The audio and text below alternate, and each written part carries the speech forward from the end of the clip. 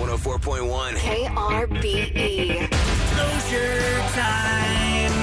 One last call your ex to end this relationship. Closure time.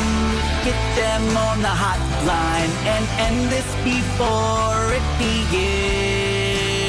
And that, my friend, is what they call closure. I thought we had a connection, and all of a sudden, Closure. you're gone. What happened? Now, closure could come in many forms. Closure from a long-lost friend, closure from a long-lost relative, a teacher that inspired you, but primarily a lot of people get ghosted after a couple of dates. Because people are spineless. Yeah. How hard is it just to dating. text somebody? Just easier for them not to have to deal with the confrontation. Even when I broke up with somebody, my rule was face-to-face. Yeah. Yeah, not that on the doesn't happen phone. now. People don't like to. they don't even- Face-to-face, though, get you maced. So be careful. Maybe that's what Is that what happened to you? Oh, I mean, I did a public place, Starbucks. Oh, you even rhymed that. Face to face, get you Public maced place. in a public place. Yeah.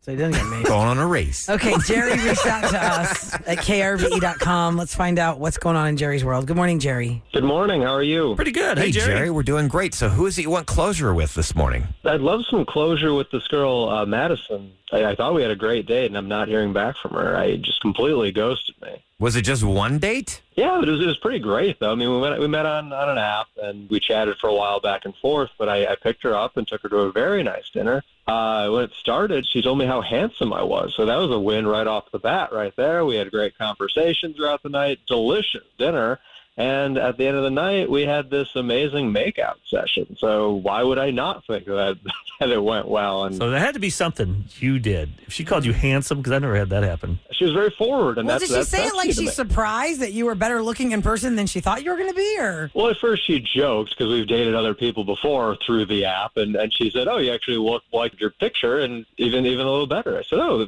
thank you. That's very kind of you, and confident of you, which I admire in a woman." But you didn't go home with her. You just said, You said was it made a out, makeout though. session? Yeah. Where was that at? Oh, when I was dropping her off, yeah. Okay. How long was the makeout? I mean, I don't want to get too crude with it, but I mean, it's lasted for at least a minute or so. What was the exit conversation? Like, what's the last thing she said to you? I mean, I said, "Love to see you again." She said, "Yeah, that'd be great." Did you get out of the car? Did you get out of the car and then... walk her to the door. Yeah, I walked her to the door. Yeah. It sounds like that should have had some kind of. Follow-up date? Okay, Jerry, so let's just welcome her now and get the answer. Good morning to Madison. Hi, good morning. Hey, Madison. Madison. So you heard all of that. What is your perspective? I'm not a materialistic girl, okay? But he bragged on and on about how he's from Maine and he's a seafood expert, and oh my gosh, he was going to take me to this incredible seafood dinner, and it was just going to knock my socks off. And he took me to Red Lobster. You know, like, Red Lobster? You're kidding me, right? Lobster. This is Houston, Texas. Wait, a guy Not from that- Maine would not be bragging about. I mean, look, Red Lobster is Red Lobster. It's a national chain. But somebody who Right. specifically, like, as a Greek girl, I'm not going to tell you about this amazing Greek food and then take you to, like, the little Equivalent of a- the equivalent of a food truck on the Yeah. street corner of New York. Jerry, you took her to the Right. Red Lobster? I did, and it was delicious. I don't understand what the big deal is. I pass one all the time on 290. That's the one. That's that the was, one yeah, where we and- went to. uh-huh. Maybe oh you... my gosh, they live in your neighborhood, Ryan. Oh, my God. Okay, now Maybe you hold on. built it up too much. Maybe because... Yeah. What Madison, exactly you- did he say to you about the seafood experience? I mean, he just went on and on about how he can tell the difference between, you know, some commercially farmed lobster versus something that's a little bit more. Here's the deal. I don't know anything about lobster. I don't know these things. But when you're talking about something that someone claims to be an expert about, you kind of assume you're going to have something that you probably can't take So yourself. you ghosted him because he took you to Red Red Lobster. Lobster still, it's a popular place. Yeah, I mean, obviously it exists for a reason, but it's just a shocker that that's what he chose. It's like saying you love Italian food and you picked Olive Garden. It's a national treasure. Thank you very much. It's a national treasure. Red Lobster is great. You can't really complain about the biscuits and all of those things. The dinner was fine itself. You ate it But all. the You enjoyed it. conversation- Oh my gosh, the conversation, he didn't stop talking about himself. And he's a good-looking guy, so he probably thinks he can get away with that. But it was just so obnoxious. And then the worst part was when the bill came, he actually asked me to pay for my half. Jerry. Jerry. Now, hold on a second. Not only that, shocking, but you kissed him. Why'd you kiss him after that? You're turned off during the date, and he asked you to split it. Yeah, Did you split it? I mean, yeah, I did because, I mean, it's fine. We can go Dutch. But he asked me out on the date and made it this big deal about he's going to take me out for this great dinner. I didn't anticipate that. Why'd you kiss him, though? Rula's right. Wouldn't you be turned off? Well, I mean, sometimes you just have to check and make sure that, he got a little handsy then. And Jerry, you got handsy. Well, What do you mean by handsy? You're making out for What a do minute. you think he means by handsy, Ryan? What's handsy mean? he definitely did a little gropage of the breasticle area. Oh my God, Jerry. Okay, hold on. I gotta throw this your way. I wanna too. hear Jerry. Jerry's Because really Jerry, quiet. You're telling us you friend zoned this girl. I'm shocked. You're shocked she didn't call you back. If you really like a girl, you don't ask her to go Dutch. That's a friend zone move, in my opinion. The guy's not into me. Yeah, why'd you do No, that? that's terrible. I mean, that's the way things are done these days. It's 2023. It's not 1950. You split the bill. Obviously, Madison didn't get the memo because she didn't seem happy about it. Yeah, that's not cool, dude. I mean, where should I have taken you? Long John Silver's instead of Red Lobster? I mean, she's doing nice seafood dinner. I'm sorry I invited you out. I would probably give you a pass on the split if you chose to split after you heard what she was saying and how the vibe you were feeling. But you're saying this is 2023. It's how things are Oh, done. he went in with full intention of sticking her with half the bill. You invite someone. You are responsible for paying. When you ask For a somebody date? out, you pay. I can pay. That's fine. It's the assumption, or rather, the really uncomfortable, so you got your half, right?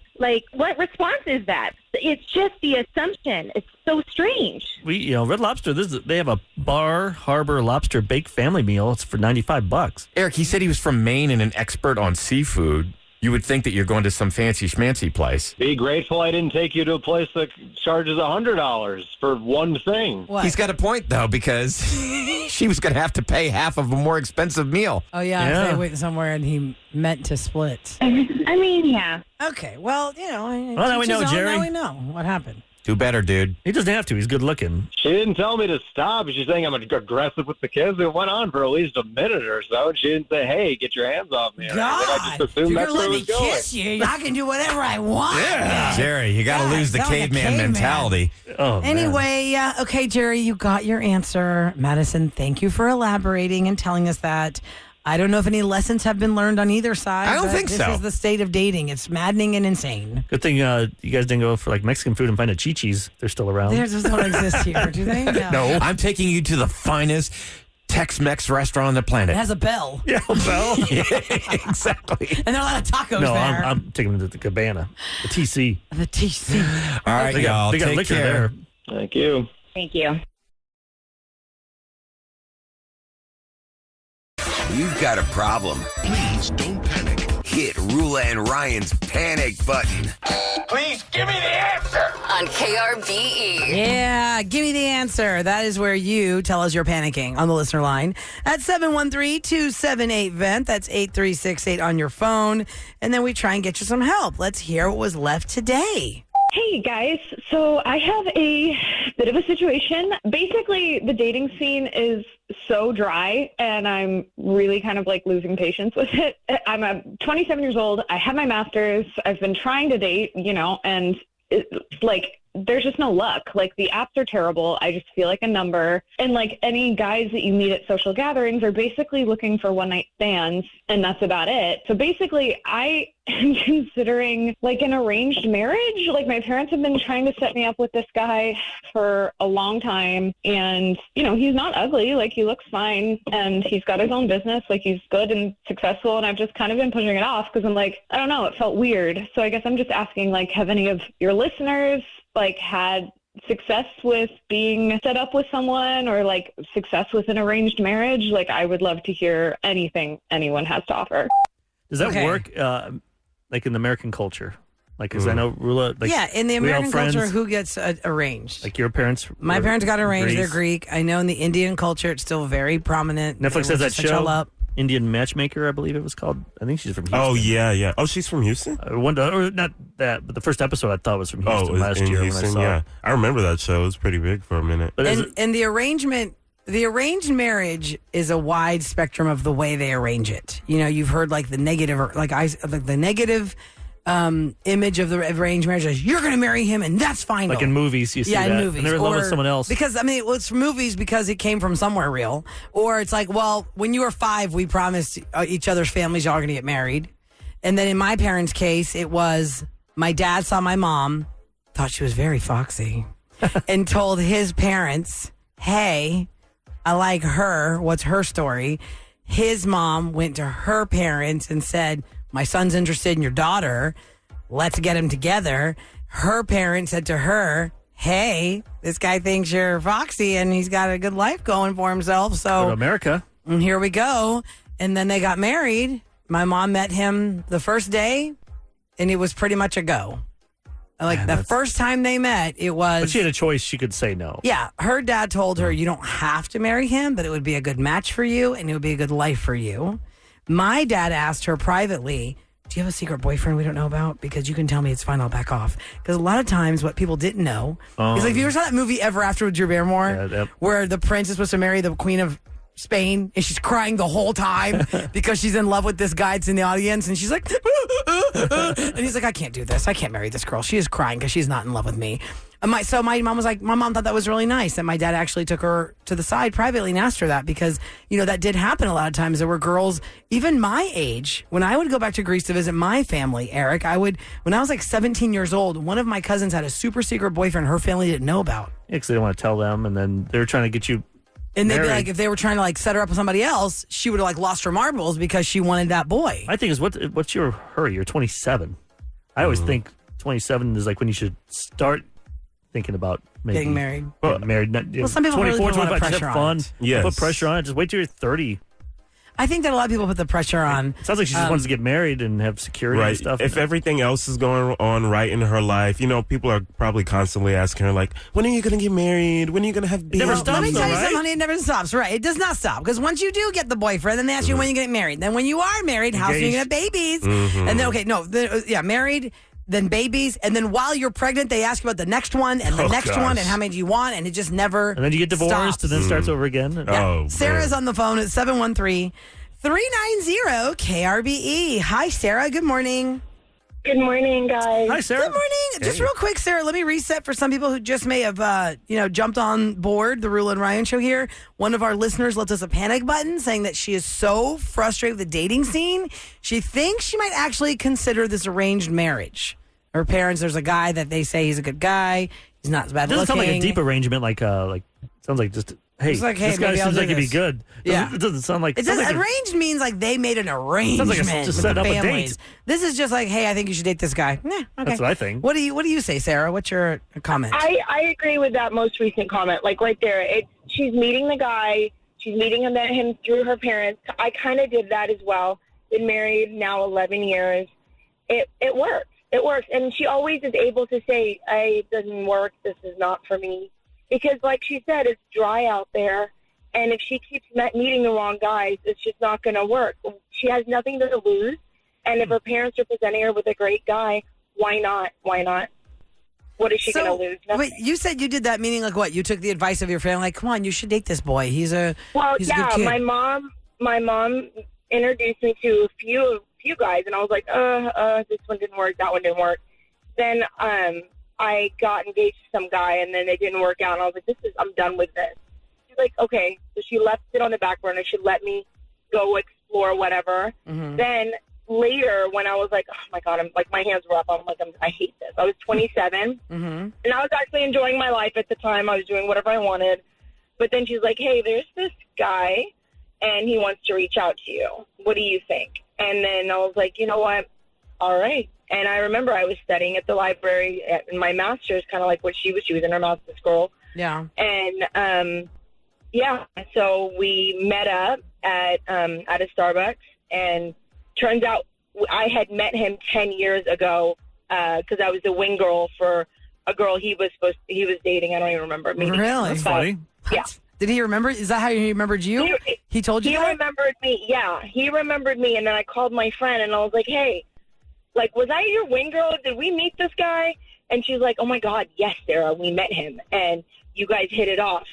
But I have zero memory of that. And to this day, my husband's like, you don't even remember meeting me. How could you be like this? The first time we ever saw each other, you don't remember it. Yeah, I don't remember. And then when I told him about, like, let's meet up, like, I thought it was the first time, I initiated the same place that I initiated that my friend meet him. He's like, is this where you take all your guys? I'm like, oh, my God. Oh, man. Was he around the same age as you then? You guys were probably around the same age. No, actually, he's 10 years older than me. Okay. How long did y'all date after meeting before y'all got married? Or engaged? Like 3 months. Not 3 long. months and engaged. When you know, you know. When you know, you know. When it fits, you have the same goals, you want the same things, it just works out. Okay, now hold on a second, though, because that brings up something interesting. Eric, you said this a long time ago. I don't know if you remember or not. You said that when you're dating somebody at 33, you have a lower threshold for pickiness than at 23. Do you remember you were saying that? Like, you were thinking, well, I'm 33 now, I should probably get married. Especially if you think about kids and stuff. I won't focus so much on the small little stuff. You can overlook a few things. Do you feel like because you were in that state, Sarah, that you had told your mom, I'm done with this crap, that your threshold was like lowered for the stuff? Even my husband says it. Even my husband says it. He's like, Sarah, had I told you, hey, I want you to be me. I want you to be for me. I want you. I don't like your friend. First, he was like, I'm breaking your sister bond, your friend bond with your girlfriend. And you're going to be like, oh, this creep. He didn't want her. Yeah. Then I was not looking to I was 23. I was like, this is not what I want. I'm looking to have fun. I'm starting car and yeah, 23, you would have said no to him. 33, you said yes to him. Absolutely. Yeah, it's interesting. It's just a different time.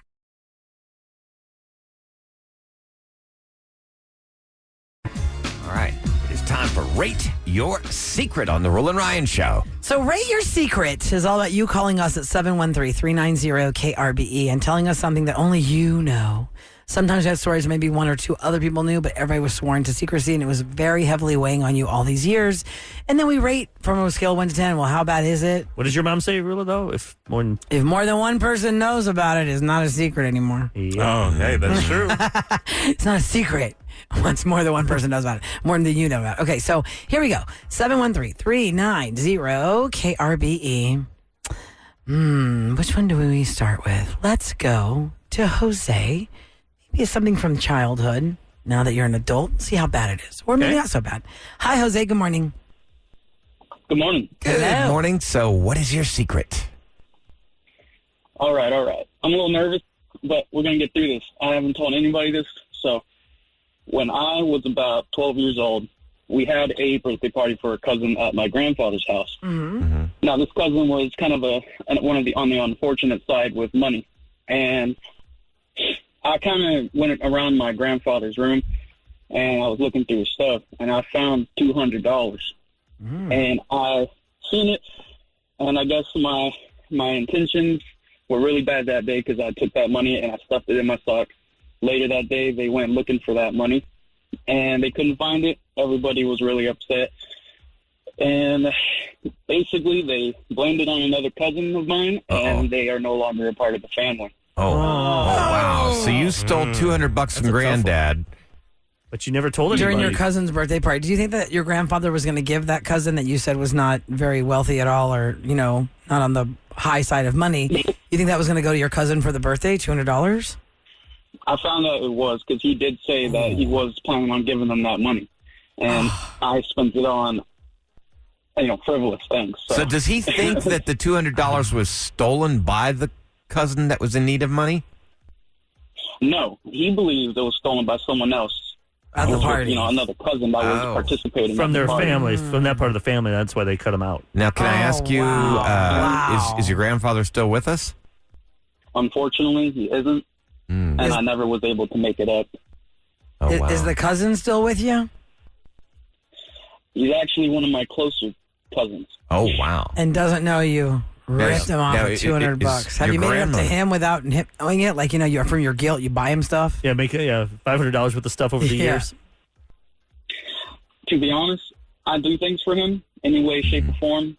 Whether if he asks for money, as of recently, he hasn't really asked me for much, but I've never wronged him besides that point. Now, did your grandpa... After that, I've always been there for him. Did your grandpa confront him, your cousin, and say, you stole my money, so that's why we're not talking to you guys anymore? Or was it just everyone kind of Pretty much him and everyone else in the family told him, like, you stole the money, you stole the money. Oh, like, no. You're out of the family. And you let him take the heat for it. Now, is your grandmother still alive? No, unfortunately. No, So who, if you had to confess this to someone, let's just say you wanted to get off your chest, who would you confess it to? To the cousin? Or to the family that cut him out? Or your parents, even? Yeah. I think it had to be my cousin.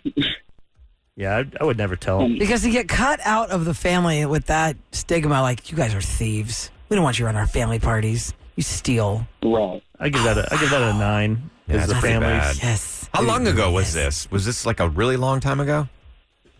Oh, I'm 22 now, 10 and I years was ago. about 13 when it happened. So 9 years ago. Good, Okay. yeah. I mean, at first when I saw that it was, when you were little, you stole somebody from grandpa, I was thinking maybe not so bad. But the fact that like an entire section of the family has been cut out for all these years for that theft, wrongfully so, that's pretty high up there on the scale. Yep.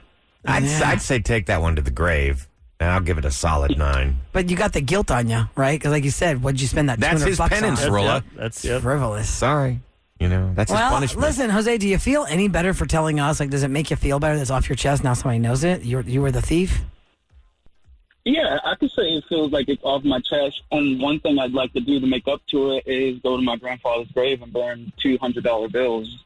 No. Don't do that. Donate that. Drop that to the cousin that's been outed this entire Give him time. $200. On the outs. Donate it to a charity. Or Go to a find out shelter. what his charity of choice was. You know, what was he passionate about? Take it to the grave and just give it to him. Just say, hey, Just say, hey, you know what? Just I came into some money, and you're just my favorite cousin, and there you go. just want to give you $200. Try that too. All right, yeah, got a lot of people Jose. in mind. Let's go to the Wow, next Jose. It's Rate Your Secret at 713-390-KRBE. We'll give 9s. What do you guys give it?